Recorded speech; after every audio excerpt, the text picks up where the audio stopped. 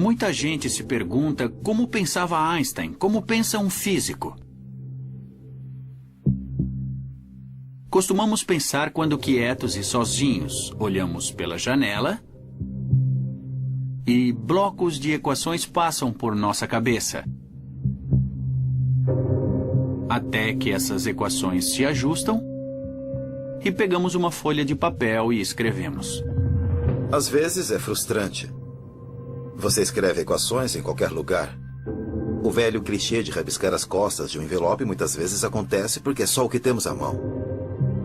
Ele sempre pensava em imagens, visualizava as coisas. Quando o pai lhe deu uma bússola, ele ficou olhando aquilo noite após noite, a agulha apontando o norte. Ele disse que ficava com arrepios. Einstein disse uma vez: quero conhecer as ideias de Deus de forma matemática. Einstein queria uma equação. Talvez quisesse uma equação bem curta, que encapsulasse todas as leis da física. Exprimir a beleza, a majestade, o poder do universo numa só equação foi o objetivo da vida dele. Einstein.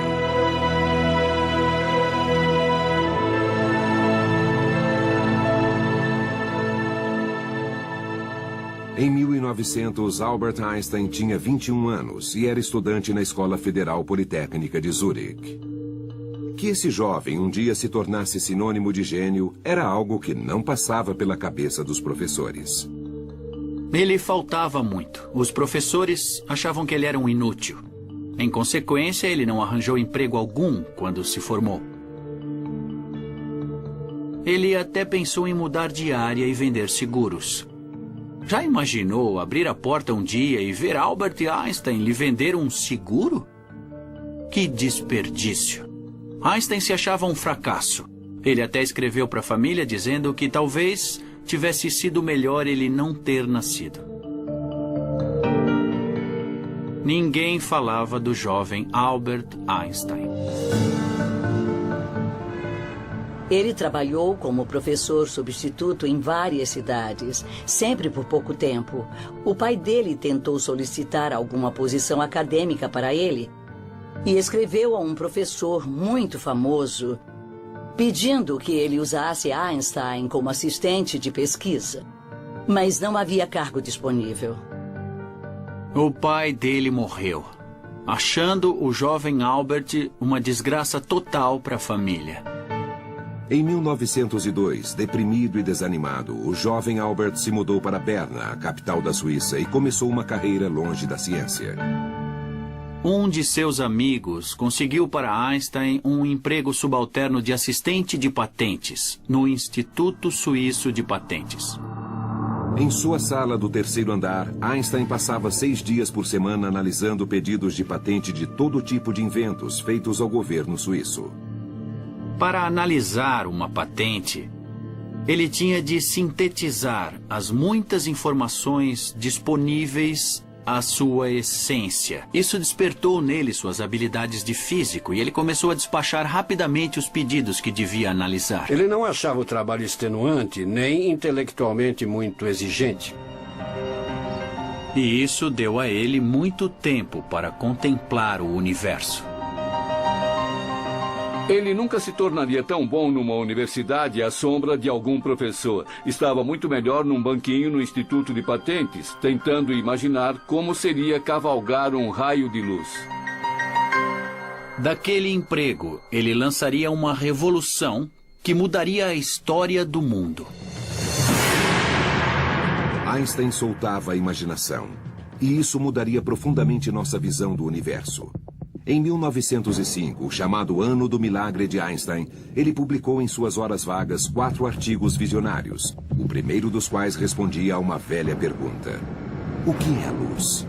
O efeito fotoelétrico. O artigo, escrito por um total desconhecido, mostrava que a luz vinha de uma partícula chamada fóton. Usamos fótons em televisão, usamos em lasers. Em outro artigo, escrito aos 26 anos, Einstein postulava algo que hoje já temos por certo: a existência do átomo.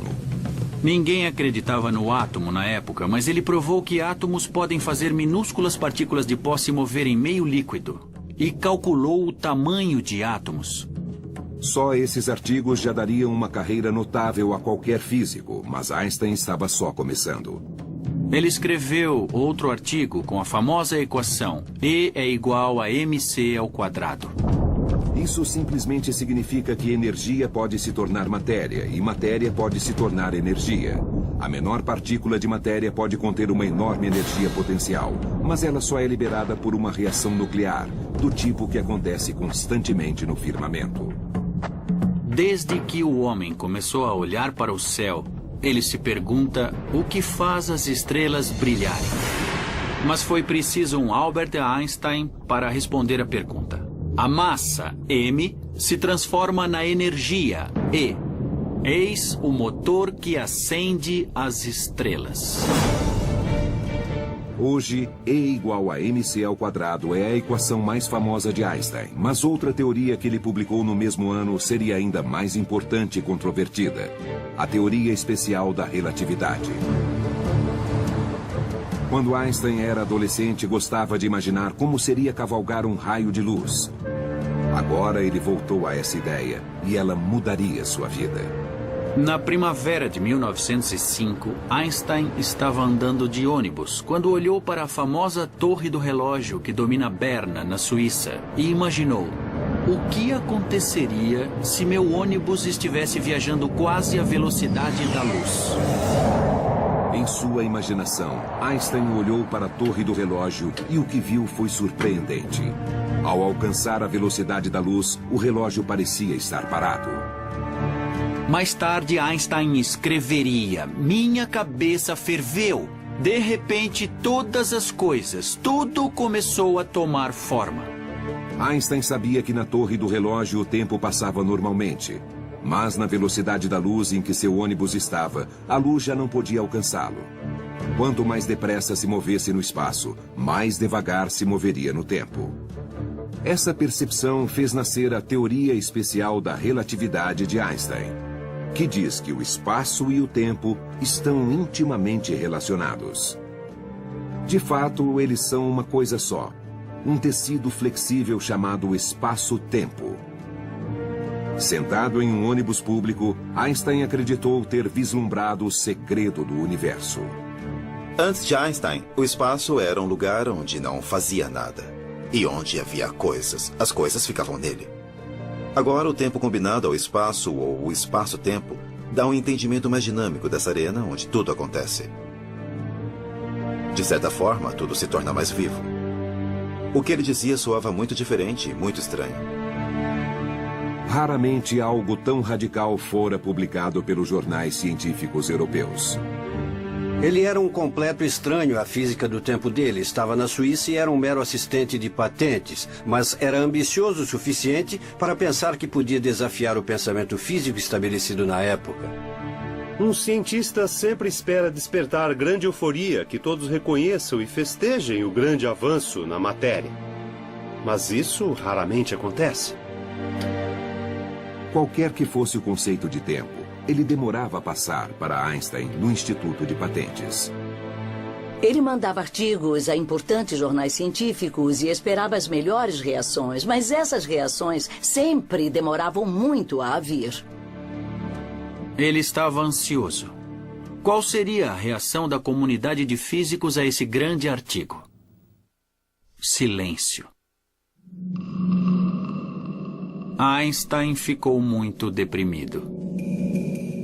4 ou 5 meses? Deve ter parecido uma eternidade para ele. Então, os artigos de Einstein caíram nas mãos do único homem, talvez, que o entendeu completamente: Max Planck. Max Planck era o maior físico teórico da Europa. Planck era editor do periódico Anais de Física em Berlim. Era o jornal de física mais importante da época. Max Planck leu o artigo do desconhecido físico e então disse: aqui temos alguma coisa. Planck viu, na hora, que aquele era um artigo importante feito por um estudioso importante. O trabalho da relatividade foi publicado em junho de 1905. Aquele jornal, de número 17, ainda é uma das publicações mais famosas da história da ciência. E na época, Einstein sequer era cientista. Ele ainda procurava trabalhar em escolas e faculdades, sempre rejeitado.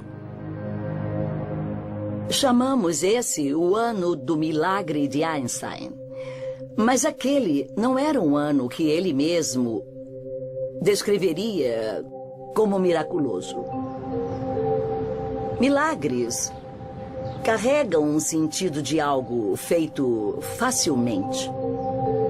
Não acho que Planck soubesse que Einstein era um funcionário de terceira. Ele deve ter ficado curioso para saber quem era o desconhecido Albert Einstein, de Berna. O desconhecido Einstein já era, na época, pai de um menino de 1 ano e marido de uma calma e séria colega da escola politécnica, Mileva Marić. Quando estava na Politécnica de Zurique, ele era muito mulherengo. Tocava violino nos chás e coquetéis das mulheres e conheceu várias jovens na época. Mas Mileva atraiu sua atenção. Mileva era a única mulher da classe. E aí estava o físico, apaixonado. Em um breve intervalo de sua paixão pela ciência, Albert e Mileva se casaram em 1903. Um ano depois, nasceu seu primeiro filho, Hans Albert. A família Einstein vivia num pequeno apartamento na capital suíça. As limitadas circunstâncias em que viviam não eram o que ele esperava naquela fase da vida. Mileva sempre quis ser uma grande física, mas foi reprovada nos exames finais da Politécnica de Zurique. Ela se tornou um importante apoio para os grandes artigos do Ano do Milagre, especialmente o Dia da Relatividade, e ajudou a datilografar e a verificar os cálculos, mas acabou mesmo como dona de casa. Einstein tentava fazer um trabalho científico, ao mesmo tempo em que trabalhava 6 dias por semana.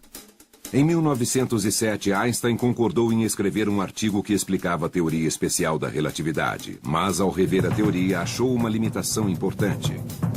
A teoria se chamava especial por uma única razão, é que ela só considerava movimento a velocidade constante. Em outras palavras, a teoria especial da relatividade de Einstein só se aplicava ao caso de um objeto se movendo em direção à velocidade constante. Mas Einstein queria entender o mundo real, e o mundo real não funciona assim. Einstein percebeu que a teoria falhava quando havia aceleração. Mas no nosso universo tudo se acelera. Algo na estrada, um avião a jato, um vagão de metrô, tudo no mundo é acelerado. Então havia um defeito na teoria especial.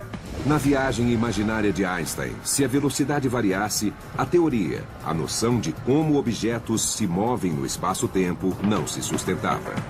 Ele queria uma teoria que se aplicasse a qualquer caso. Einstein sabia que para que sua teoria funcionasse, deveria abranger tudo no universo. E isso incluiria a onipresente e invisível força que mantém as coisas inteiras. A gravidade está por toda parte. Ela nos segura no chão, mantém estável o sistema solar. E onde estava a gravidade na teoria especial? Einstein quis expandir a teoria especial em teoria geral da relatividade, uma teoria que explicasse não só o tempo, mas também a gravidade. Mas ele percebeu que teria de lutar contra 2 séculos de pensamento científico e contra seu ídolo, Isaac Newton. Em 1907, Albert Einstein, aos 28 anos, ainda era um burocrata do Instituto de Patentes. 2 anos tinham se passado desde que publicara a teoria especial da relatividade, e ele decidiu desenvolver uma interpretação ainda mais radical do universo, a teoria geral da relatividade. Mas isso faria contradizer seu ídolo científico, Isaac Newton. No tempo de Einstein, Isaac Newton era Deus. Newton foi o fundador da ciência moderna. Esta é a primeira edição do Principia Mathematica de Newton, de 1687. Este exemplar sem preço é um livro muito famoso que se tornou o fundamento da física universal por séculos. Até que Einstein subverteu o cenário. Passaram-se 250 anos desde que a maçã tinha caído da legendária árvore de Newton e lhe deu a inspiração para formular a lei da gravidade. Newton disse que se um objeto cai, é porque há uma força misteriosa chamada gravidade que o puxa para baixo. Mas o próprio Isaac Newton não estava satisfeito com isso. Objetos se movem quando empurrados, não puxados quando empurrados. Então, o que empurra isto? Newton não sabia. Então, simplesmente levantou as mãos e disse, não sei. Então, vou inventar uma coisa chamada força da gravidade. E Einstein disse que essa teoria não podia estar certa. Ele se preparou muito para isso, para que ele pudesse resolver o problema. Ele queria muito entender o universo inteiro. Max Planck disse a ele, você pode trabalhar na lei da gravidade, mas há 2 problemas. Você não terá êxito. É complicado demais. E se tiver, ninguém vai acreditar. Era uma tarefa extremamente difícil. E não se sabia nem por onde começar ou como tratar o assunto. Mas afinal, o que deu uma pista a ele foi seu velho e bom sistema de raciocinar. A experiência imaginária. Para nós, seria sonhar acordado, mas para ele era experiência imaginária, porque ele é Einstein. Ele estava na sala dele, no Instituto de Patentes, olhando pela janela, quando imaginou um homem trabalhando no telhado. E começou a imaginar o que aconteceria se o homem caísse do telhado. Então ele teve a maior ideia da vida dele. A maior de todas as inspirações. Ele teve a visão. O homem não estaria sentindo seu próprio peso. Ele não teria peso. E ele imaginou.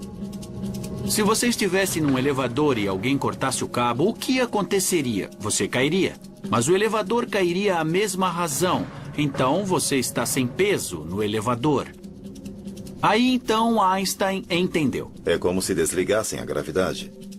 O que acontece de fato? Não existe a chamada força da gravidade. A Terra curvou o espaço à minha volta e o espaço está me empurrando nesta cadeira. O próprio espaço pode ser curvado. Que conversa maluca! O espaço é ajustável. Ele seria maleável. O espaço-tempo é maleável. É algo flexível que pode ser deformado. Você coloca um objeto no espaço e ele distorce o espaço ao redor dele. Por que a Terra gira em torno do Sol? Muita gente diria que é porque a gravidade do Sol puxa a Terra com força para ele, em um círculo. Errado. A Terra gira em torno do Sol porque o Sol distorceu o espaço à volta da Terra e o espaço empurra a Terra para o Sol. Ele tinha uma nova teoria da gravidade, uma nova teoria para o universo. Einstein publicou suas ideias sobre a gravidade. Ao mesmo tempo, seus trabalhos sobre o átomo chamaram a atenção. Como resultado, em 1911, ofereceram a ele um cargo de cientista na Universidade de Zurique. E aos 32 anos, o assistente de patente saiu de Berna para se tornar, pela primeira vez, o professor Albert Einstein. Começaram a se dar conta de que os artigos do Ano do Milagre de 1905 deviam estar corretos e Einstein começou a ser convidado para as palestras de Solvay que reuniam os maiores cientistas da Europa. Liderados pelo filantropo belga Ernest Solvay, as palestras reuniam as maiores mentes científicas da Europa. E Albert Einstein estava entre elas. Aliás, ele era o mais jovem de todos. Ele impressionou. Era amigável, engraçado, inteligente, muito inteligente, e as pessoas notaram. Foi o momento em que Mileva deve ter percebido que ainda fazia parte do pequeno mundo de Berna, enquanto Einstein se tornara parte de um mundo maior. Ela escreveu cartas queixosas, pedindo detalhes, pedindo para ir para lá, que adoraria conhecer os cientistas, que sempre tinha sonhado em conhecê-los. Ela ficou enciumada não só dos outros físicos, mas da própria física. As palestras de Einstein se tornaram assunto da Europa científica e ele foi convidado para falar em Berlim, capital do país onde nasceu. Berlim, na época, era a cidade mais vibrante da Europa Central. Einstein não tinha voltado à Alemanha desde os 15 anos para evitar o serviço militar e tinha renunciado à cidadania alemã. Quando Einstein foi a Berlim, basicamente para ver colegas, foi também convidado por uma prima. Era sua prima irmã, Elsa Einstein. Eles se conheciam desde crianças, mas Einstein tinha perdido contato. Ela vivia sozinha, era divorciada e tinha 2 filhas. Ela era o oposto de Mileva. Não era cientista, não era intelectual, mas ela amava dar grandes jantares e cuidar de Einstein. Gostavam da companhia um do outro, caminhavam muito, observando os barcos. Ele deve ter sido fascinado por ela. Einstein voltou a Zurich e eles trocaram intensa correspondência. A certa altura, a coisa ficou tão forte que Einstein disse: não escreva mais, não vai dar certo. Ele sentiu que aquela situação era bastante complexa, mesmo para Albert Einstein. Se mistérios do coração perturbavam Einstein, os mistérios do universo o perturbavam ainda mais. A curvatura do espaço, a distorção espaço-tempo. Você coça a cabeça. Ele já lutava há 4 anos para desenvolver completamente a teoria geral da relatividade. A teoria da relatividade era tão complicada que poucas pessoas entenderiam. Alguém tinha de testá-la. Se a hipótese não admitir teste, não é ciência, é ficção científica. Einstein sabia que estava para solucionar sua teoria e tinha de achar um modo de prová-la. Em 1911, Einstein já lutava para aperfeiçoar sua teoria geral da relatividade havia 4 anos, sem sucesso. A teoria só seria aceita se ele conseguisse demonstrar seus conceitos radicais. De repente, ele teve uma ideia. Se fizesse passar um raio de luz por uma área onde o espaço está curvado, então, segundo a teoria, o raio de luz pareceria se flexionar. A luz só se propaga em linha reta. É o espaço que se dobra. O que teria gravidade o suficiente para flexionar tanto a luz? Bem, que tal o Sol? 300 mil vezes maior do que a Terra, o Sol seria o objeto perfeito para o experimento de Einstein. Mas como fazer passar um raio de luz pelo Sol? A luz de uma estrela distante, ao passar perto do Sol e seu campo gravitacional, se curvará. Porque o espaço está distorcido ao redor do Sol.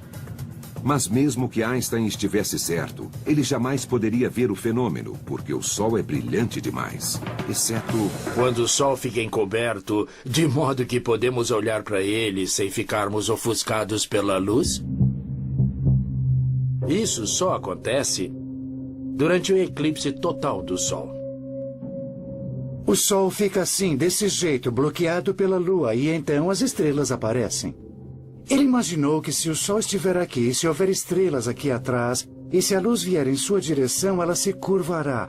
E para os seus olhos, vai parecer que as estrelas se afastaram. A luz passando pelo Sol é algo que qualquer um pode entender. Na verdade, ninguém queria aceitar isso como ponto pacífico, até que alguém provasse o fato com uma foto. Então, o que você faz? Recorre aos astrônomos, aos astrofísicos. Nosso laboratório é o universo inteiro. Em 1912, Einstein acreditou estar finalmente a ponto de provar sua teoria tão global e provocativa. Ele publicou um prognóstico revolucionário e fez um apelo ao mundo da astronomia. Pediu que os astrônomos saíssem e medissem, que achassem um eclipse para observar. Nada aconteceu.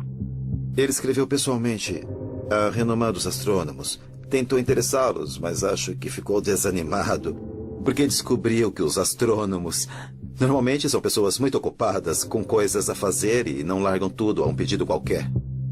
Mesmo de Einstein. Foi um contratempo frustrante e amargo para Einstein.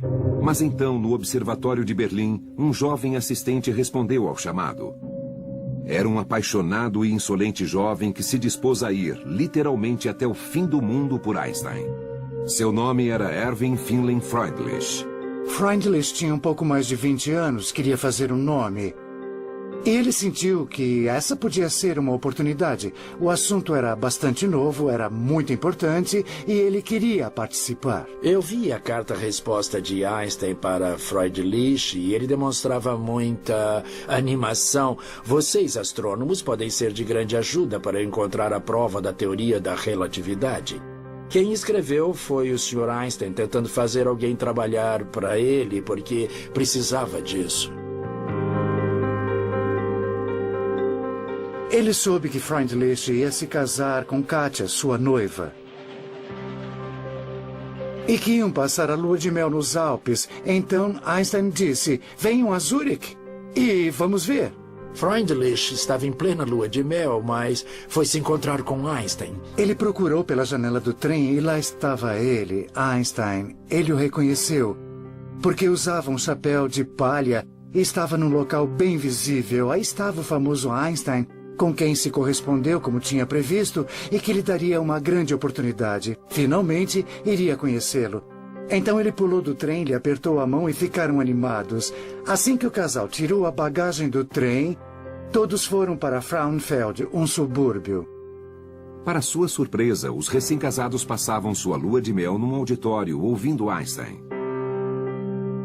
E no meio da palestra, Einstein disse, precisamos da experiência do eclipse e a pessoa indicada está na nossa audiência. Seu nome é Erwin Freundlich e ele está ali. E Freundlich se levantou para ser visto pelo público presente. Ele se sentiu estimulado ao ser apresentado na palestra.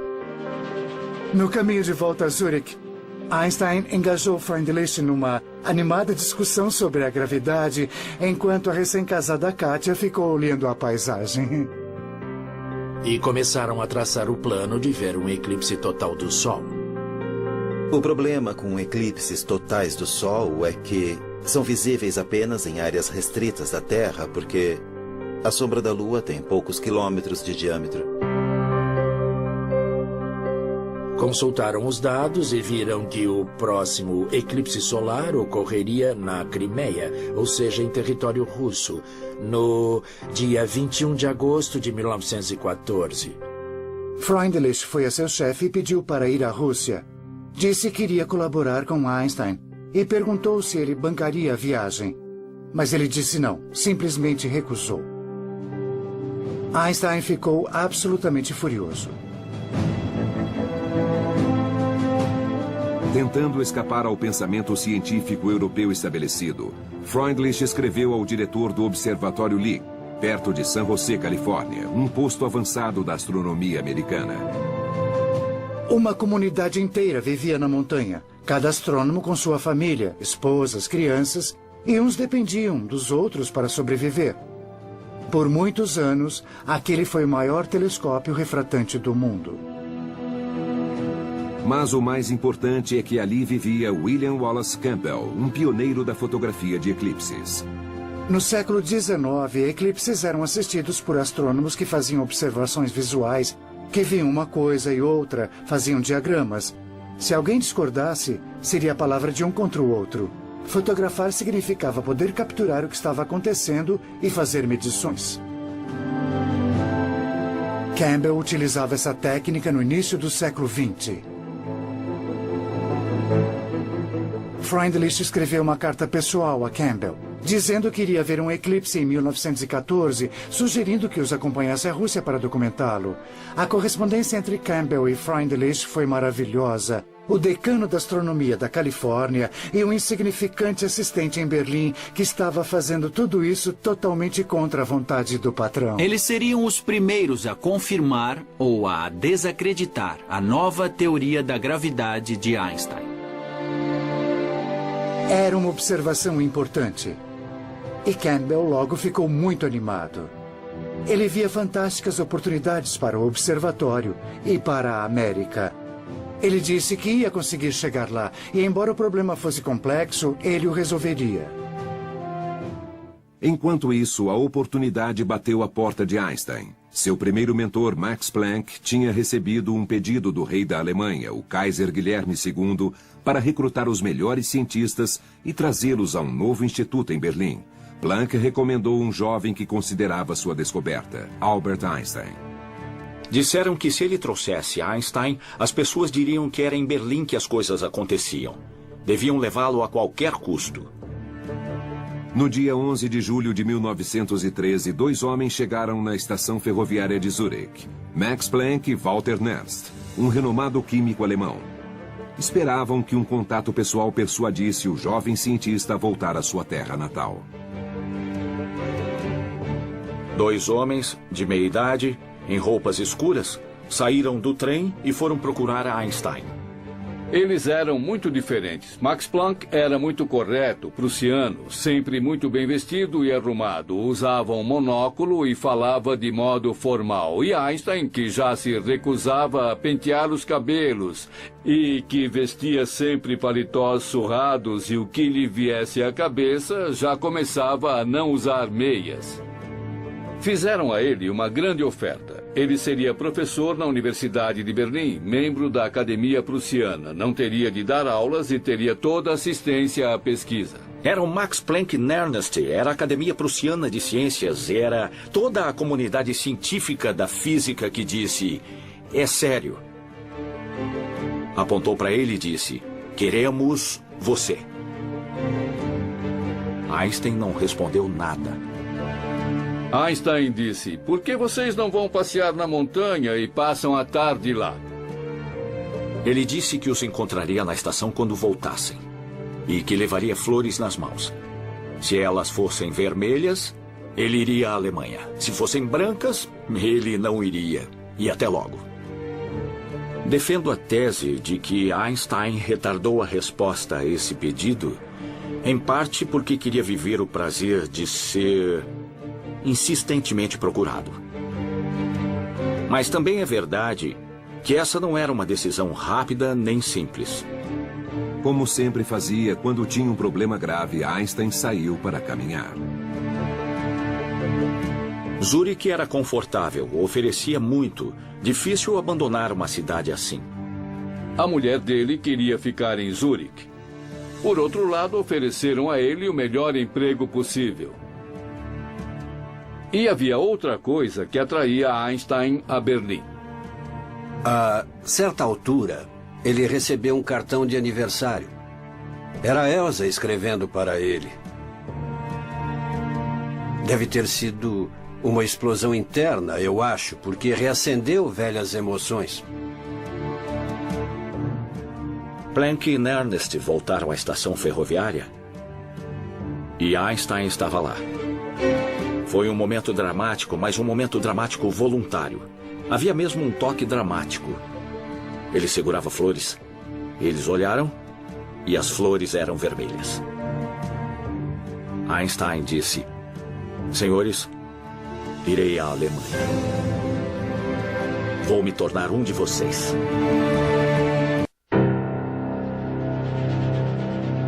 Em abril de 1914, o mundo de Einstein parecia brilhar. O tão esperado eclipse, necessário para provar a teoria geral da relatividade, iria acontecer em 4 meses. E Einstein estava a caminho de Berlim para entrar no Instituto Kaiser Guilherme, um grupo de elite de cientistas que trabalhava com Fritz Haber, diretor do instituto. Fritz Haber foi um dos grandes químicos do século XX. Ele desenvolveu um processo usado para produzir um fertilizante artificial com o qual se podia alimentar milhões de pessoas. Ele era um herói. Haber hospedou a esposa de Einstein, Mileva Maric, enquanto este último procurava um apartamento para morar com ela e os filhos. Haber observou que a mudança para Berlim parecia ter piorado as relações entre Einstein e a esposa. Mileva sempre fora uma mulher taciturna e desanimada, e em Berlim a coisa piorou. Ele flertava com a prima, Elsa. Einstein era um homem brutalmente sincero e, às vezes, aparentemente falava de Elsa a Mileva, e isso sempre começava uma briga. Não é surpresa que o homem que tinha uma visão única do universo também tivesse uma visão nada convencional da vida de casado. Einstein deu um ultimato a Mileva. Se quisesse continuar casada, ela teria de fazer uma série de coisas. Era um contrato com itens dispondo que ela teria de fazer as refeições dele, que só falaria com ele se ele quisesse, que não haveria intimidade alguma. Mileva resolveu que não ia assinar nada. Ela disse que não aceitava. E ela voltou a morar com Haber e a esposa Clara. Naquela época, Haber funcionou como mensageiro e negociador. Ele tentava mantê-los juntos, tentava fazer com que talvez chegassem a um acordo. Os dois respeitavam Haber.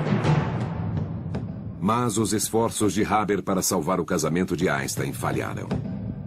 A decisão de se separar se tornou irrevogável, e isso mesmo sem divórcio. Sem dinheiro para manter duas casas, mas confiante, Einstein fez a Mileva uma ousada proposta. Ele fez uma proposta. Ele disse: um desses dias, um de meus trabalhos vai ganhar um prêmio Nobel. Se você me der o divórcio, darei o dinheiro a você. O montante do prêmio era realmente grande. Ela poderia ficar rica e poderia voltar a Zurique com os filhos. Ele tinha certeza de que ganharia um Nobel. Mas Mileva não estava tão segura. Ela era cientista e sabia avaliar as chances, e consultou Fritz Haber. Ela decidiu aceitar a proposta. Mileva pegou os dois meninos e Einstein a acompanhou junto com Fritz Haber. Einstein teve que ir à estação para se despedir de seus filhos. Ele começou a chorar. Haber nunca o tinha visto chorar. Foi um momento realmente arrasador para ele. E Haber foi a pessoa que estava ali naquela hora para lhe dar apoio. Einstein condicionou o futuro dos filhos a ganhar o prêmio Nobel, uma aposta muito incerta. Ele dependia de Erwin Freundlich e William Campbell para lhe trazer fotos do eclipse total do Sol, para poder ver como as estrelas parecem se mover. Pouco antes de se despedir de Mileva e dos meninos, Einstein teve outra despedida na estação de Berlim. Freundlich ia partir com dois amigos para Berlim. Einstein foi para lá muito ansioso. Freundlich e dois colegas iam partir para uma longa e arriscada jornada, carregando câmeras astronômicas e pesados equipamentos. Eles iam tomar um trem para ir até Crimeia, em território russo. Freundlich e Campbell esperavam maximizar a chance de pegar tempo bom e tirar boas fotos do eclipse, acampando em lugares diferentes. Freundlich se colocou no sudeste da Crimeia, enquanto Campbell ficou perto de Kiev. Ambos estavam determinados, apesar dos constantes e assustadores boatos de guerra. E o pior aconteceu. Em 28 de junho de 1914, o arquiduque Francisco Ferdinando da Áustria foi assassinado. O Kaiser alemão declarou guerra à Rússia e a expedição de Einstein se viu subitamente ameaçada. Einstein ficou realmente preocupado. Einstein não tinha como avisá-los.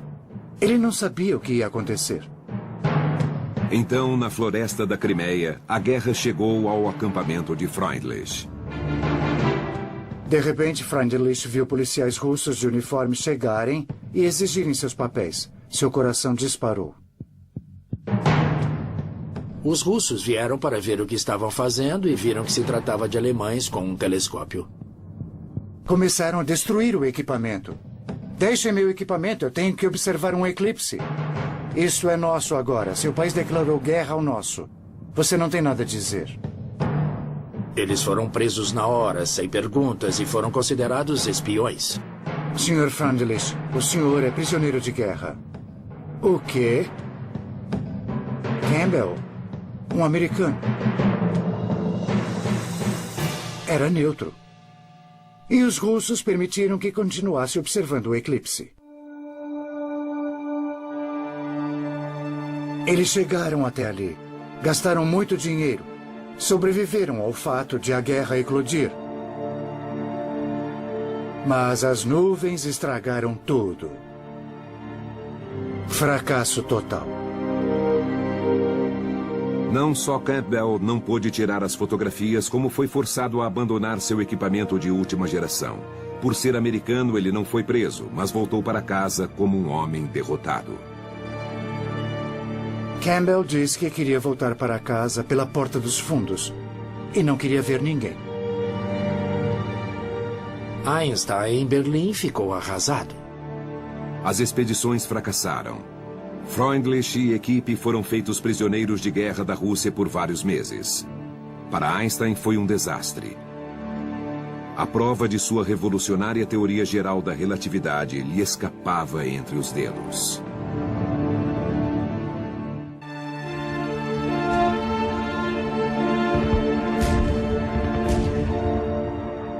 A eclosão da Primeira Guerra Mundial destroçou a expedição de Einstein à Rússia e inviabilizou a tão necessária prova da teoria da relatividade que Einstein elaborava há anos. A guerra cortou a comunicação entre cientistas. O livre intercâmbio de ideias parou de repente. Ligações foram cortadas. Quando os Estados Unidos entraram na guerra, o astrônomo William Campbell viu as coisas de outro modo.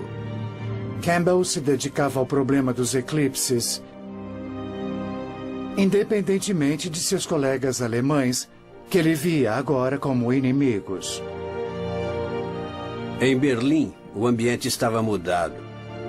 Quando Einstein olhava pela janela, ele só via patriotismo.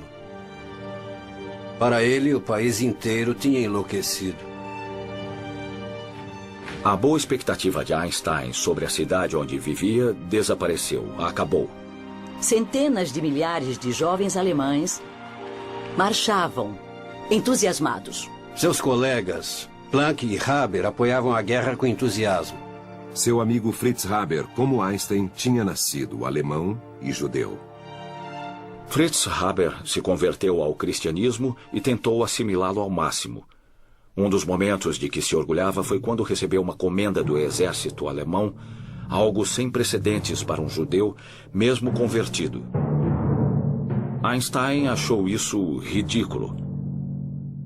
Haber disse: "Sou químico e entendo a química atômica do cloro. Sei que o gás clorídrico é venenoso e posso transformá-lo numa arma útil." Haber achou que podia construir uma arma devastadora o suficiente para acabar logo com a guerra. Portanto, uma arma humana. O Instituto Haber se tornou um local de experiências com gás, a ser lançado na frente oeste, e Einstein tinha um escritório nesse instituto. Einstein achou abominável o ímpeto pelo qual primeiro Haber e depois muitos de seus colegas se dedicavam a procurar meios de matar pessoas e com mais eficiência. Haber foi dos primeiros a desenvolver armas terríveis, usando o poder da ciência. Uma arma feita por Haber, um gás venenoso, já fora testada num campo de batalha belga. Haber estava lá e disse: "Disparem a arma." Uma nuvem baixa se espalhou pelo campo e a nuvem pareceu crescer. Foi a primeira vez que aconteceu. As tropas já tinham visto nuvens piores do que essa, mas o efeito foi devastador. As tropas foram exterminadas nas próprias trincheiras. Haber viu milhares de pessoas morrerem, milhares de soldados, cerca de 5.000. Os pulmões começam a se encher de fluido, o corpo começa a se deteriorar, a pessoa cai e, mesmo no seco, morre afogada. Então Albert Einstein olhou para o seu bom amigo, para o colega profissional, e disse: "Realmente, você é patológico. É grotesco." Em carta a um amigo suíço, ele disse: "Todo o nosso progresso tecnológico é como um machado nas mãos de um demente." Haber não se ofendeu, mas era mesmo estranho ele ser tão amigo de Einstein. Eles viviam em planetas diferentes. A guerra colocou um grande dilema para Einstein, porque se relacionava pessoalmente, respeitava e até gostava muito de seus colegas, mas ele rejeitava o apoio sincero que davam à guerra. E ele topou com um documento público, ou já publicado e divulgado, o Manifesto dos 93, assinado por 93 grandes acadêmicos alemães, inclusive as pessoas que o trouxeram a Berlim e que ele mais prezava: Haber e, acima de tudo, Max Planck. O manifesto dizia que a Alemanha tinha de lutar, que era justificável e moralmente aceitável lutar nessa guerra. Einstein ficou chocado. Parecia uma traição. Nesse momento, Einstein se deu conta de que a vida era mais do que a física, que havia coisas mais importantes que ele devia defender, assumir o risco pessoal de defender. E tentou apresentar um contramanifesto de outros acadêmicos, dizendo que não, que havia algo mais do que o orgulho nacional, mais do que competitividade nacional, do que fúria nacional. E 4 pessoas assinaram esse manifesto. Não deu em nada, nem foi publicado, fracassou. Ele se tornou pacifista, um resistente à guerra. Einstein estava praticamente sozinho. Ele estava isolado, fora rejeitado por seus colegas, seu casamento tinha terminado, ele estava em batalha judicial pela custódia dos filhos. Resolveu mergulhar na ciência. O isolamento teve um resultado positivo, porque Einstein reviu toda a sua teoria geral da relatividade e reexaminou todas as equações matemáticas. Um dia, ele revisou os cálculos de deflexão da luz que passa pelo Sol e, de repente, se deu conta de que o cálculo estava errado. O que teria sido encontrado se Freundlich tivesse feito a observação do eclipse? Teria sido só metade da deflexão real, metade da deflexão da luz. Isso teria arruinado a teoria de Einstein. A descoberta era embaraçosa, mas inesperadamente feliz. Há 3 anos, Einstein pressionava os astrônomos a fotografar um eclipse, que provaria uma equação que ele agora achava errada. Einstein sempre considerou o fracasso da expedição do eclipse uma derrota, mas na verdade poderia ter salvado sua carreira. Cercado por uma guerra furiosa, ele se refugiou em seu escritório. Ele tinha um pequeno apartamento e muito de seu pensamento se desenvolveu no escritório. Às vezes, ele não visualizava bem a curvatura do espaço, e o que fazia era pegar o violino. Ele dizia que a música de Mozart tinha capturado as harmonias do universo. Tocar violino o ajudava a pensar. Einstein tinha uma prodigiosa habilidade de se sentar e pensar, se concentrar. Quem o conheceu bem disse que ele tinha essa notável habilidade pela qual podia se concentrar num problema por horas, dias, até anos. No escritório dele havia muitas anotações matemáticas, muitas equações, e ele se sentava ali e pensava, andando pela sala, mergulhado em pensamentos. Era quando fazia matemática pura em sua mente. É a ciência feita de suor, como dizemos. Temos sobressaltos de lógica, temos anos de indagações não respondidas, temos frustrações, temos horas de arrancar os cabelos. Mas o verdadeiro poder do gênio é a força de vontade para fazer todos os erros necessários para chegar à resposta. Nunca houve momento em que ele dissesse que não iria prosseguir com a teoria por causa do ego dele. Eu acho que nunca pensou em desistir da teoria. É preciso ficar de olho na recompensa. Para Einstein, a recompensa era o Nobel, cujos recursos ele prometeu dar a Mileva e os 2 filhos. Em 1915, pediram que ele apresentasse a teoria geral da relatividade num prestigioso fórum dos mais importantes cientistas alemães. Einstein aceitou, mas após 8 anos de trabalho, a teoria ainda tinha 2 problemas. Ela não tinha sido provada e sua matemática parecia ter falhas. Depois de quase uma década de trabalho, a teoria geral da relatividade de Einstein estava longe de estar completa. A matemática estava errada e sem cálculos corretos. A teoria não podia ser provada. E ele tinha data para entregar um artigo na mais prestigiosa reunião de cientistas da Alemanha. A Academia Prussiana era um lugar formidável, um lugar que sabia seu nível de excelência e também seu significado histórico. Nas reuniões semanais era visível o esforço de alguns dos maiores pensadores alemães em agir como se a guerra não fosse o que era. Einstein devia apresentar sua teoria geral da relatividade.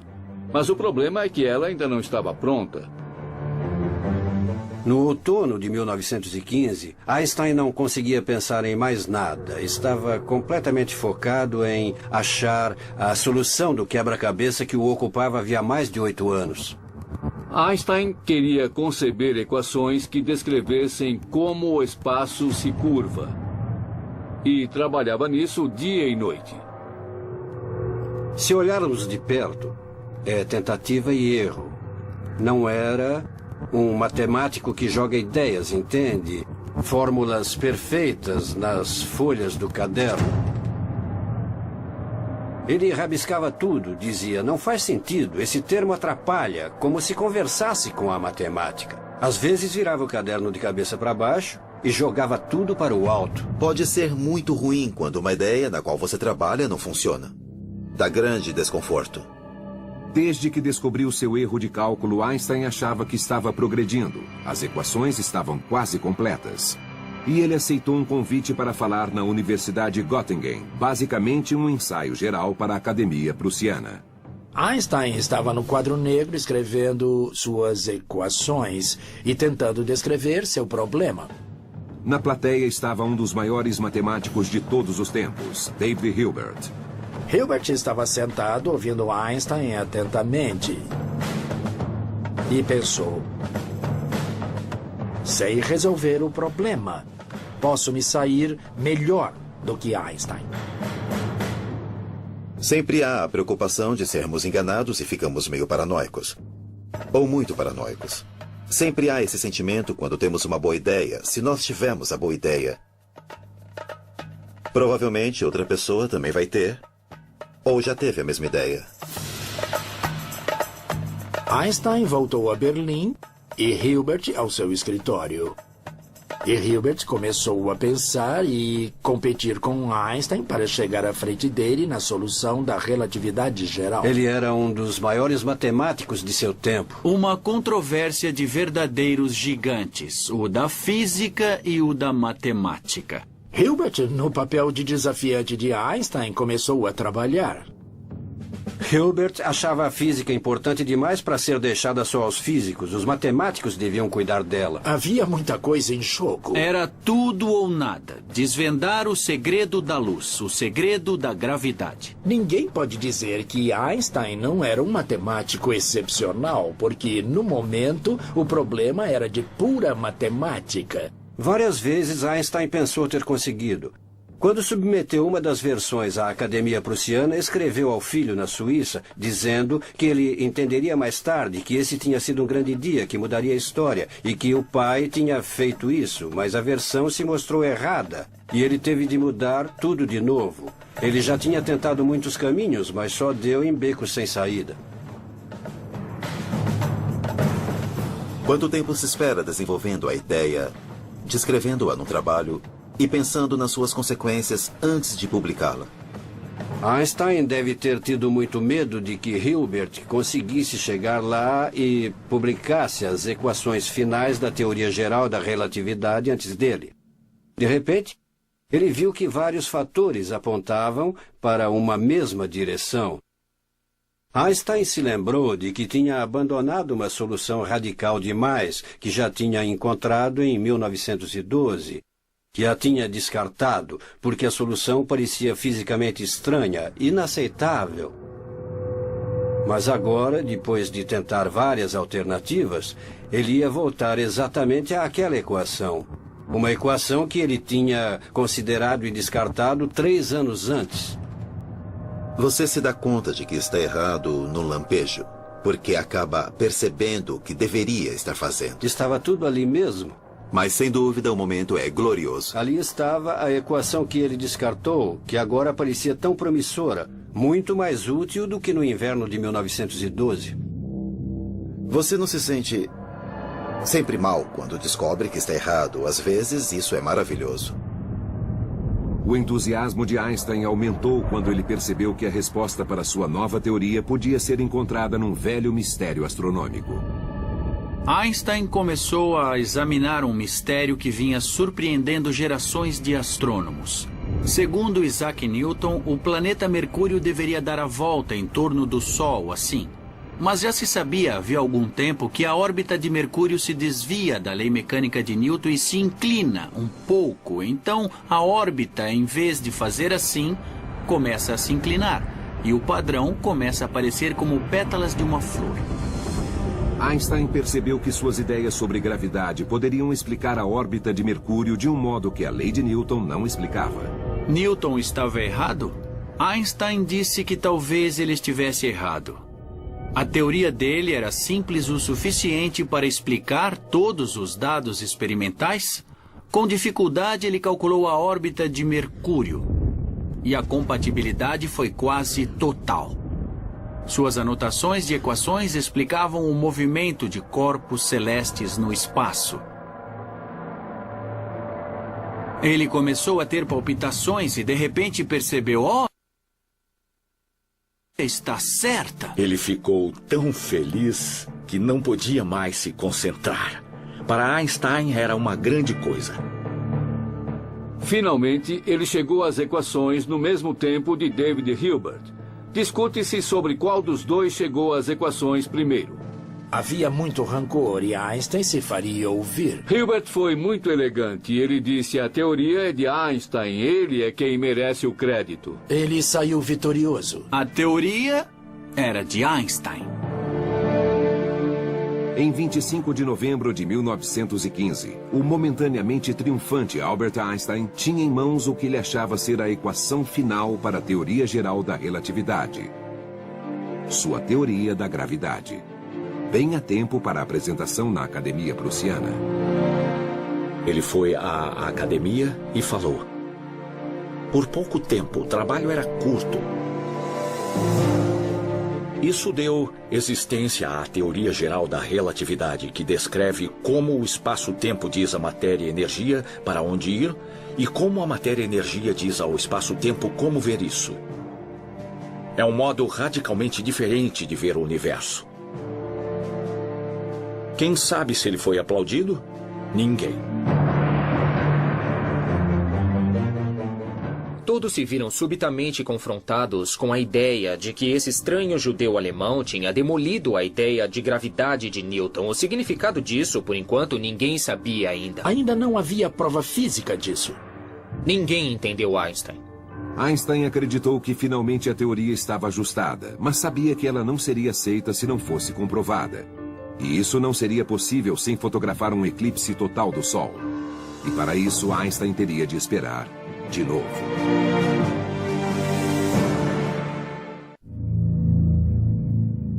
Einstein publicou sua teoria geral da relatividade em 1916, com as equações matemáticas corrigidas. Mas ainda havia muito trabalho a ser feito. Ele precisava fotografar um eclipse solar raro para provar a exatidão da teoria. Mas na arruinada Berlim, agora sob bloqueio inglês, até as necessidades mais básicas eram difíceis. À volta dele, Berlim era uma cidade empobrecida. Até a fome sobreveio e havia distúrbios. No meio de um inverno rigoroso, a intensa produtividade de Einstein cessou repentinamente. Ele parou porque estava exausto e doente. Tinha problemas de estômago. Ele estava muito, muito doente. Ele escreveu que não comia, que não conseguia dormir, e ele sucumbiu a um esgotamento físico e mental. Einstein se retirou para um pequeno apartamento em Berlim. A prima Elsa se tornou sua enfermeira e salvadora. Elsa cozinhava para ele, levava-lhe comida e finalmente o convenceu a ir morar com ela. Enquanto a saúde de Einstein estava nas mãos de Elsa, sua teoria estava nas mãos dos astrônomos. Um deles, que teria importante papel, estava na Universidade de Cambridge, na Inglaterra. Arthur Eddington era um cientista muito religioso que frequentava reuniões de Quakers numa pequena casa em frente da universidade. Numa dessas reuniões sempre muito concorridas, sentado calmamente estava Arthur Eddington, chefe do Observatório de Cambridge, reconhecidamente uma das mentes mais brilhantes do mundo em astronomia.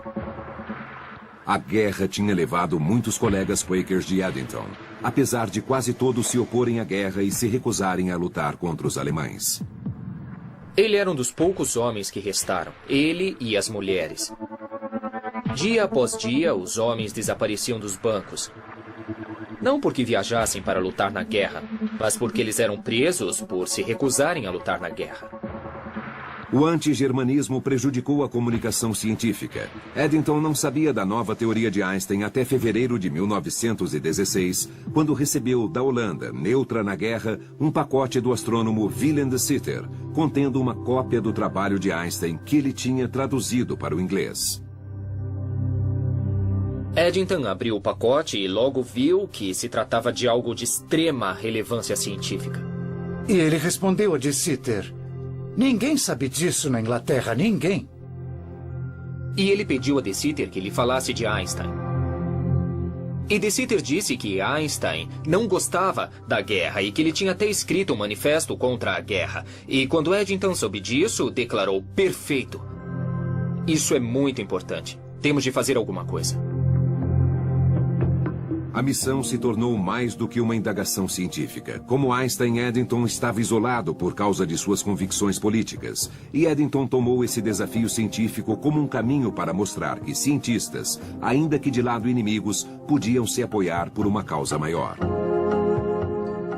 Edenton disse que a relatividade era a teoria científica mais importante desde Newton e foi criada por um alemão.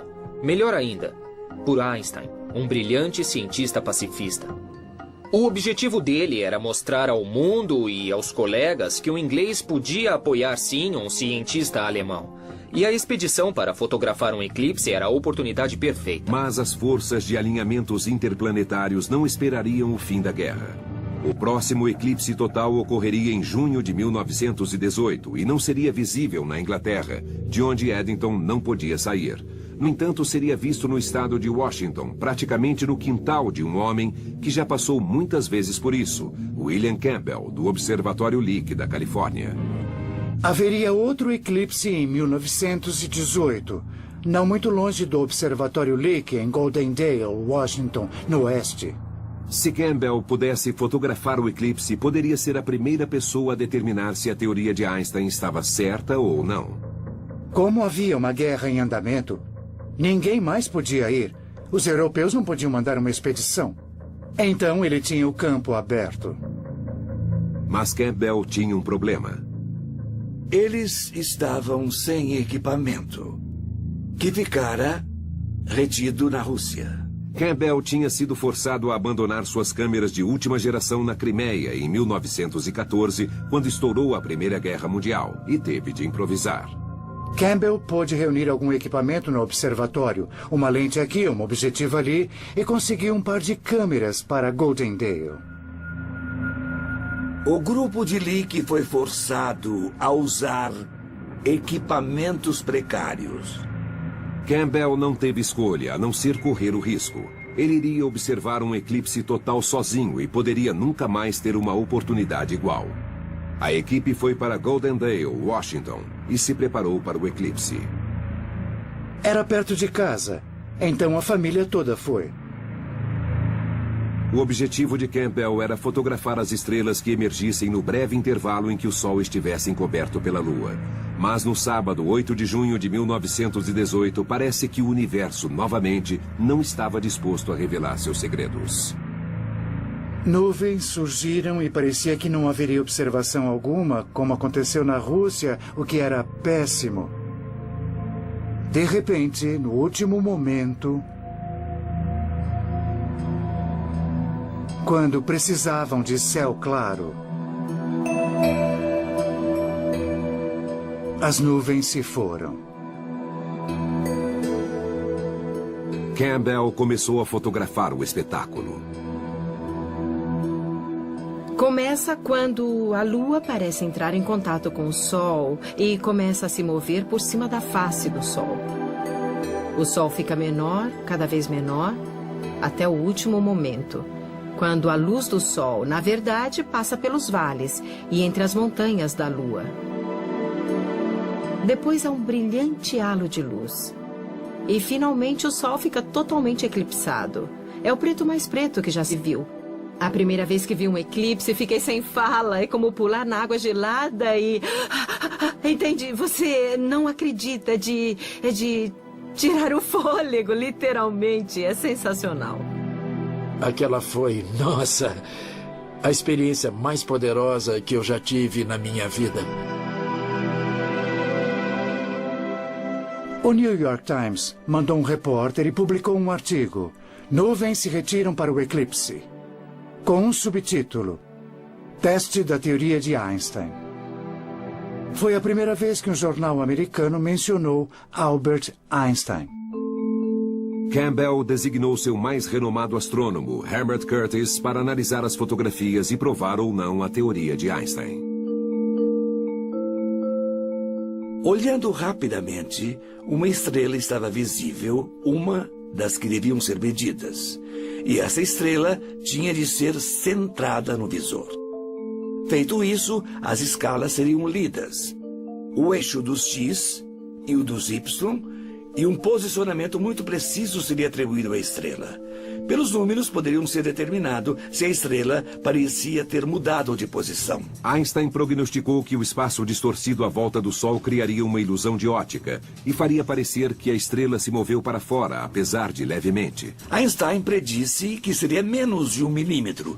Não seria uma medição muito fácil. Ao contrário de muitas teorias emitidas, essa geral da relatividade trouxe prognósticos muito específicos, muito rigorosos, tinha de ser aquilo, e se não fosse, todo o fundamento da ideia teria de ser descartado.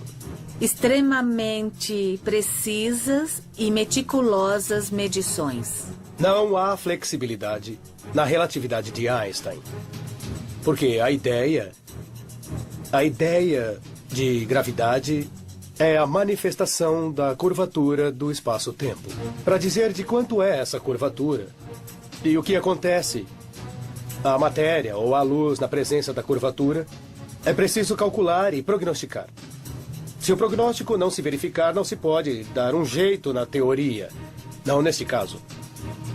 Pode-se ver, nestas páginas, o tipo de trabalho que Curtis teve de fazer para executar a medição. Há muitas e muitas páginas de cálculos, algumas delas riscadas. Se só uma experiência mostrasse que qualquer aspecto da relatividade estava errado, ele teria de rever o conceito desde o princípio. Curtis olhou para as estrelas e não viu nada demais. Todas pareciam em seus lugares normais. O que só podia significar uma coisa: Einstein estava errado. Mas Campbell não queria arriscar sua reputação com equipamentos improvisados. Ninguém ia dizer nada até que tudo tivesse sido verificado de novo.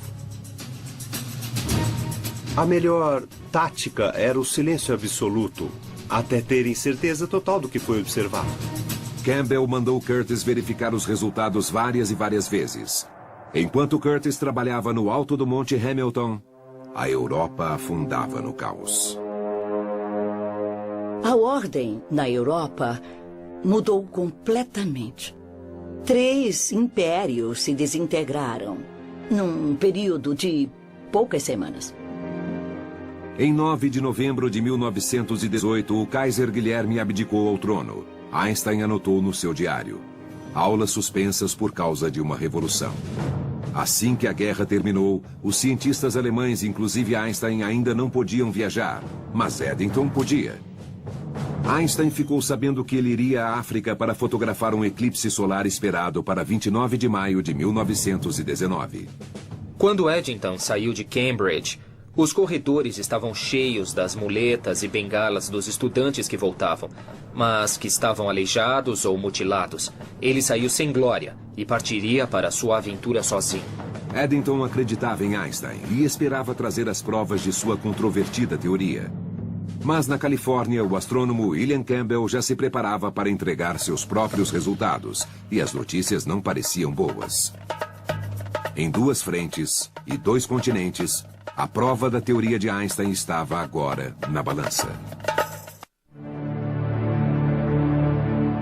Em fevereiro de 1919, no topo do Monte Hamilton, na Califórnia, William Campbell analisava e reanalisava chapas fotográficas que pareciam indicar que a teoria geral da relatividade de Einstein, sua teoria da gravidade, estava errada.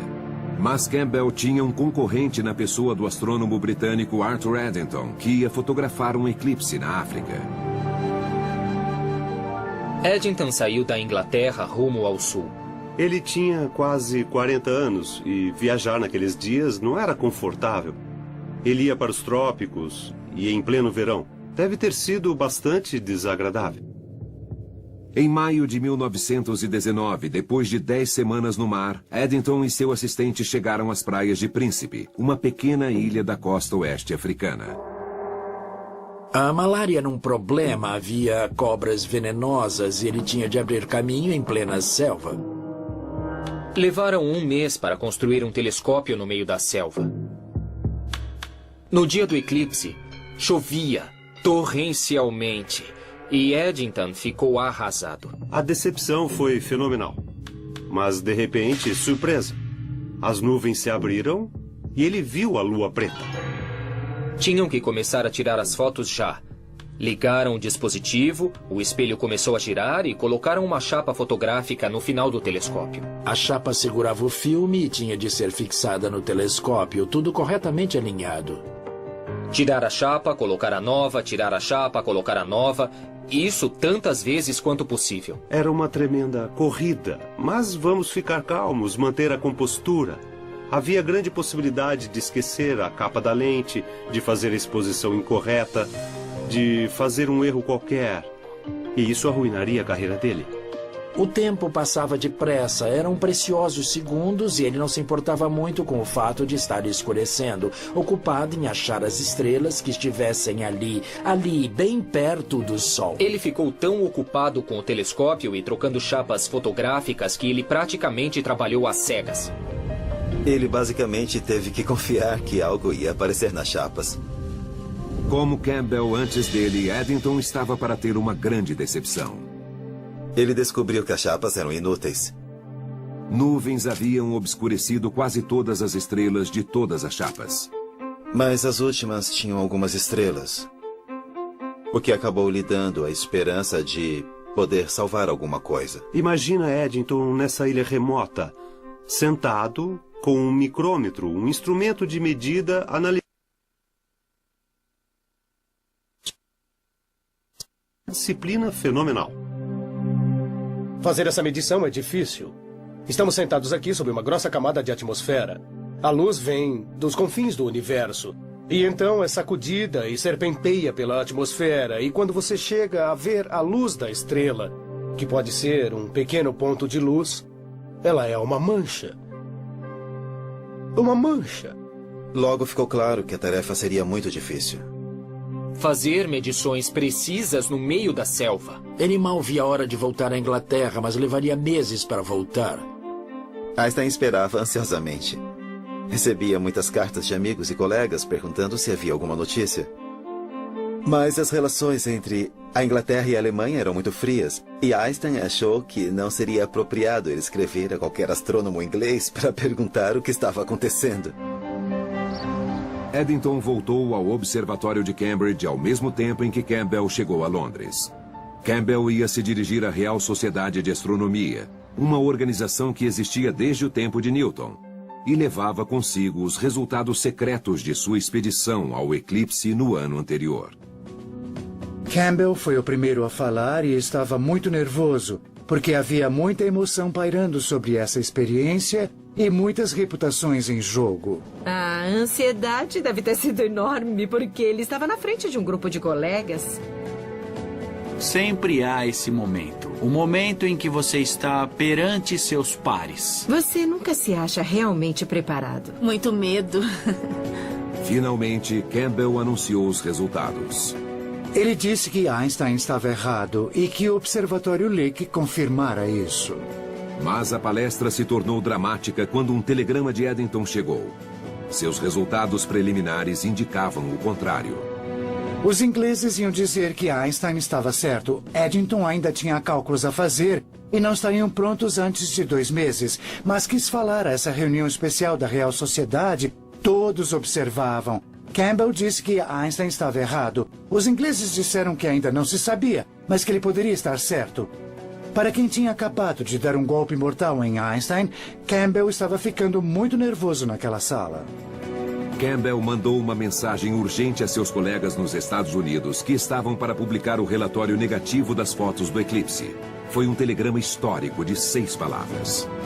Não publiquem resultados Einstein. Esperem. Campbell. 4 meses depois, no dia 6 de novembro de 1919, Eddington viajou a Londres para falar à Real Sociedade de Astronomia. Ele tinha finalizado sua análise fotográfica da teoria de Einstein.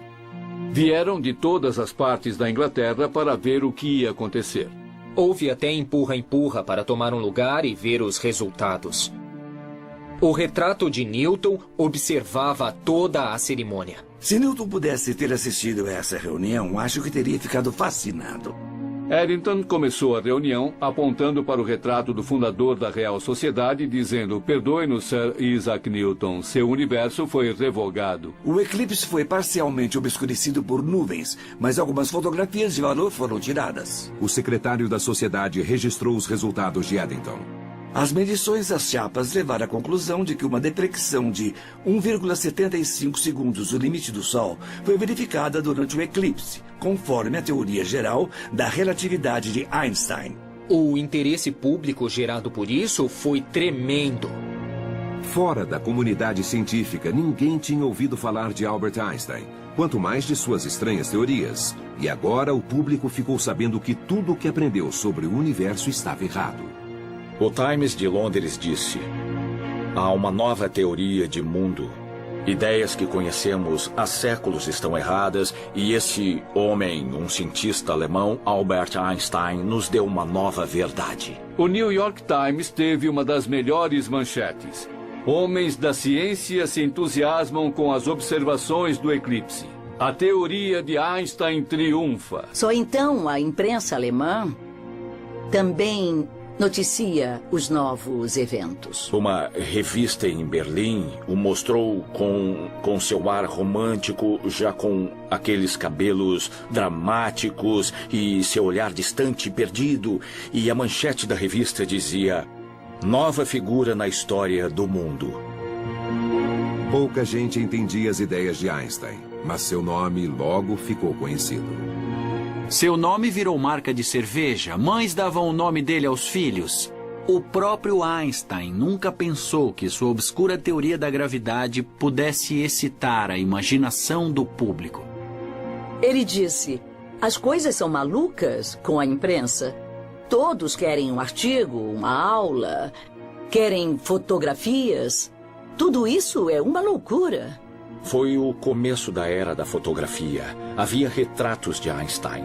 Telegramas circulavam e as pessoas liam notícias no mundo inteiro. Havia noticiários nos cinemas. Einstein era visto e ouvido. Sem essa liberdade, não teria existido Shakespeare, nem Goethe, nem Newton, nem Faraday, nem Pasteur e nem Lister.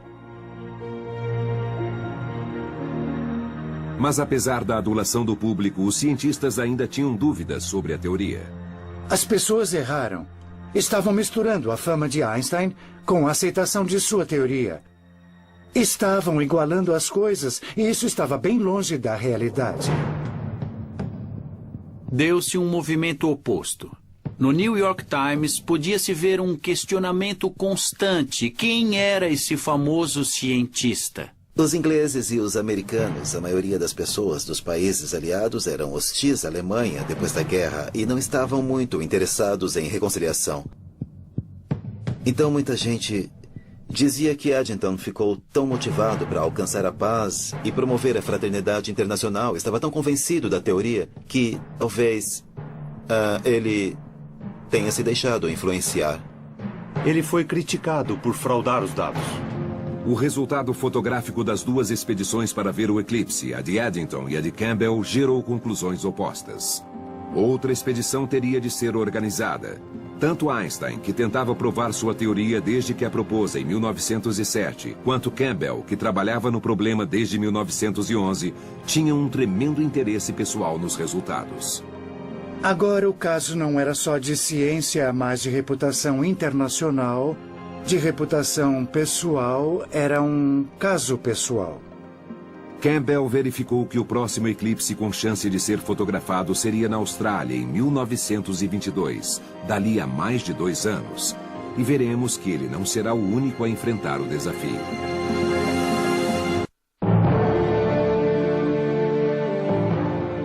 Em 1921, aos 42 anos, Albert Einstein se tornou o primeiro superastro da ciência. Einstein deu uma espécie de volta ao mundo da vitória. Nos Estados Unidos, chegavam notícias do meio do Atlântico. Einstein estava a caminho. 15 mil pessoas foram esperá-lo no porto de Manhattan. Isso para um físico teórico. Ele viajou para cima e para baixo na costa leste e foi ao meio oeste. Einstein era um fenômeno. Mas o mais importante para Einstein é que a comunidade científica ainda debatia se sua teoria era correta. E quanto mais atenção Einstein recebia, mais dúvidas lançavam. Einstein ficou exposto a críticas constantes de sua teoria da relatividade. Diziam que a experiência tinha de ser refeita. Em setembro de 1922, haveria um eclipse total do Sol totalmente visível da Austrália. E William Campbell via a oportunidade de resolver o assunto de uma vez por todas. Ele começou a planejar uma renovação total de seu equipamento. Completamente redesenhado e tendo sempre em mente as medições, ele levaria o máximo em equipamento para fazer a medição de Einstein. O primeiro ponto do eclipse ficava no extremo oeste da Austrália, num lugar chamado 90 Mile Beach. Mas desta vez, Campbell não era o único a perseguir esse objetivo. 7. Eu disse 7 expedições foram à Austrália. Os ingleses mandaram uma expedição. Freundlich comandou uma também. Foi sua primeira chance desde a Rússia. John Evershed, um astrônomo britânico que estava na Índia, também foi. Os canadenses mandaram uma expedição e foram mais 2 expedições australianas. Muita concorrência para Campbell. Os ingleses e Freundlich pegaram nuvens. Um dos australianos não conseguiu dado nenhum porque seu equipamento era ruim. E o pobre Evershed da Índia pegou um lindo céu aberto, mas teve dificuldades técnicas e não registrou nada. Campbell, já em sua terceira expedição, estava muito melhor preparado e obteve resultados perfeitos. Mostraram, se não me engano, 92 estrelas. O efeito de Einstein não só estava lá, mas se comportou exatamente como prognosticado, com muita clareza, sem nenhuma ambiguidade. Esta é uma das lentes que confirmaram a teoria da relatividade. A luz realmente passou por essa lente e incidiu nesta chapa. Esse material era ótimo. Esse é o cerne. As estrelas podem ser vistas ao redor do Sol em eclipse, aqui em destaque, e mostram a deflexão prevista pela relatividade. Na mosca, Einstein estava certo. Foi um êxito pessoal para Campbell e um marco para a ciência. A equipe do Lick finalmente teve êxito. Obteve resultados extraordinários e claramente corroborou as medições de Eddington de 1919. Agora responda, qual foi a primeira pessoa para quem Campbell mandou os resultados? Albert Einstein. Ele queria dizer a Einstein que ele estava vingado, que tinha mostrado que Eddington estava certo a despeito da zombaria dos outros. Para Einstein, aquilo foi um tremendo triunfo. A expedição do eclipse mostrou claramente que algo pode parecer teórico, mas apesar disso é parte de nossa vida cotidiana. Eles mostraram que o espaço-tempo ao redor do Sol estava curvado. Foi um modo inteiramente novo de pensar como age a gravidade. Não é estranho isso? Vai totalmente contra a nossa intuição. Mas os dados mostraram. E os dados não mentem. A natureza concorda. Sim, Einstein tem uma linda teoria, está certo. Finalmente, 15 anos depois de ter proposto sua radical teoria geral da relatividade, acabando com mais de 2 séculos de pensamento científico, Einstein saiu vitorioso e reconhecido. Quase. O Comitê do Nobel o rejeitou em 1919, em 1920 e em 1921, porque ninguém aceitava a teoria da relatividade. Einstein tinha prometido o dinheiro do prêmio como parte de seu divórcio de Mileva e para ajudar os 2 filhos. Mileva se resignou com o divórcio, vivendo em Zurique com os filhos, esperando o dinheiro do prêmio Nobel chegar. Ela ficou esperando pelo dinheiro. Foi só em 1922 que finalmente anunciaram o Nobel para ele. Ironicamente, não foi pela teoria da relatividade. Einstein recebeu o Nobel por seus trabalhos do Ano de Milagres, que descreviam o efeito fotoelétrico. O trabalho se tornou o fundamento da física quântica e desvendou os segredos do átomo. Para a ex-esposa de Einstein, o prêmio significava algo mais concreto. Com o dinheiro, ela comprou 3 prédios de apartamentos em Zurique. Mileva não chegou a viver muito bem com esse investimento, mas sobreviveu. Para Elsa, a prima de Einstein que cuidou dele quando precisou e esperou pacientemente por anos, também houve uma recompensa. Ela convenceu Einstein a se casar com ela. Foi uma surpresa. Foi um casamento estranho. Einstein teve muitas amantes depois dela e nunca sentiu que o casamento fosse um tipo de vida bom para ele. Mas ela gostava de ser a senhora Einstein. Adorava viajar com ele, adorava o prestígio e a glória que era ser a esposa dele. O mundo que se recuperava de uma guerra terrível acolheu esse homem com a estranha profissão de físico teórico e fez dele um ícone global. Foi logo depois do fim da mais destrutiva guerra na memória da Europa. E apareceu esse pacifista com essa espécie de halo de cabelos e olhar penetrante. As pessoas dos 2 lados do Atlântico, na Inglaterra, na Alemanha e nos Estados Unidos, podiam celebrá-lo como um homem de paz e também como alguém cuja ciência transcendeu aos horrores da guerra. Foi aí que a ressonância emocional de seu êxito apareceu, eu acho. Por isso, as pessoas o receberam não só como alguém inteligente, mas como um símbolo, também um símbolo global do que a humanidade tem de melhor no contexto do que a humanidade teve de mais terrível. A história dele, do cientista que virou o mundo de cabeça para baixo, era sedutora. Sozinho em seu escritório, usando apenas a mente e um lápis, Einstein fazia descobertas estranhas que intrigavam o público tanto quanto um músico ou um filme da época. Amavam o mistério. O próprio Einstein disse isso, falar em 4ª dimensão, da curvatura do espaço, da distorção do tempo, isso tudo era ótimo. A luz que se move de modo inesperado são ideias quase românticas, são ideias desafiadoras. E as pessoas as captaram de todas as maneiras. Tudo parecia muito verdadeiro. Ele via coisas como mais ninguém.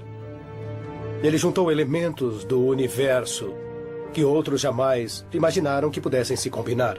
Essa teoria é uma das maiores realizações da mente humana. Se pensarmos bem, toda a nossa era atual, a era do raio laser, das telecomunicações, dos satélites, essa era foi aberta pelo trabalho de Albert Einstein. Por exemplo, buracos negros, ou estrelas de nêutrons, ou o próprio Big Bang, não podem ser descritos corretamente sem a teoria da relatividade de Einstein. Ela é bonita, simples e profunda. E as melhores teorias do universo são assim. Einstein morreu em 1955, aos 76 anos. Mas mais de meio século depois, o homem e suas teorias continuam a capturar a imaginação popular e a inspirar. Ele foi um homem que, pelo poder de seu intelecto, pelo grande poder de sua mente, pôde se erguer acima da pobreza, acima da guerra e da discórdia, e se tornar uma das maiores figuras da história da humanidade. E isso é inspirador, porque não é preciso nascer bonito, não é preciso ter muitos músculos, não é preciso ter nascido especial. Podemos ter êxito usando o poder absoluto de nosso intelecto. Para mim, isso sempre foi como um raio de luz.